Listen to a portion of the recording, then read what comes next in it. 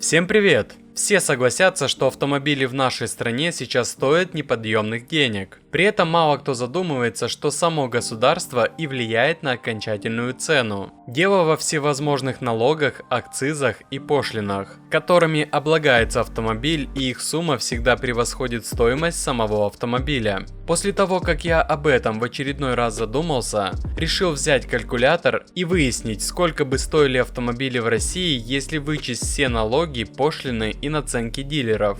Для примера взял несколько интересных и горячо любимых россиянами марок и моделей авто на данный момент. Конечно же, они китайские. Начнем расчет на примере Jetta VA3. По сути, это упрощенный аналог Volkswagen Polo, который хорошо знаком российским покупателям. За основу взял стоимость простой комплектации за 890 тысяч рублей в Китае. Как же получается, что в России такая машина стоит уже 2,2 миллиона рублей?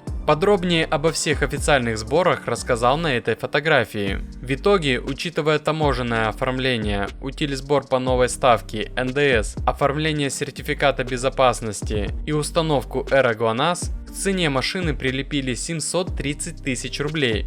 После надо прибавить расходы на доставку, плюс 240 тысяч. Таким образом, еще до попадения машины в автосалон, цена с 890 тысяч увеличилась до 1 миллиона 860 тысяч рублей. К этому нужно прибавить маршрут дистрибьютора и дилера. Это еще примерно 330 тысяч рублей. В итоге цена простенькой Jetta VA3 возрастает до 2,2 миллионов рублей. На этом слайде привел статистику продаж этой модели в России. В июне этого года продано 218 штук, в июле 376.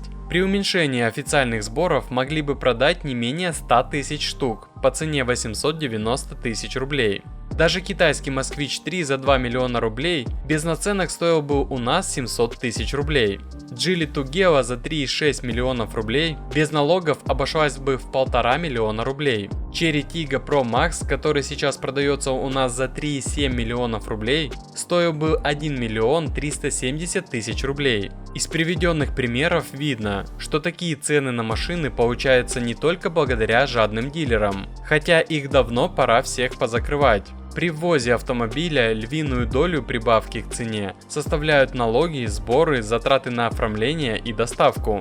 По итогу резюме выглядит очень просто. В России слишком высокие официальные сборы. А вот эта новость актуальна именно сейчас в преддверии осенне-зимнего сезона. Если не успеете переобуть шины к зиме, вас ждет штраф. Так, согласно новым правкам к закону относительно требованиям по допуску транспортных средств, если автовладелец будет передвигаться на шинах не по сезону, то ему придется заплатить 500 рублей. Зимний сезон, кстати, определен как период с декабря по февраль, но в некоторых регионах страны сроки использования тех или иных шин могут быть продлены или сокращены в связи с климатическими особенностями. И говоря о зимних шинах, хочется привести интересные цифры. По данным исследования Автостат, около 79% автовладельцев выбирают шипованные шины. Кстати, и по данным наших опросов, в России большим спросом пользуются именно шипованные шины. Автомобилисты ценят их за надежность и большую проходимость по неочищенным дорогам. В общем, пока большинство россиян традиционно выбирают шипы, хотя в больших городах шипы постепенно уступают свои позиции липучкам. А какие шины вы поставите к этому сезону? И что вы считаете по поводу переплаты двойной цены за автомобиль в виде налогов и сборов? Пишите в комментариях.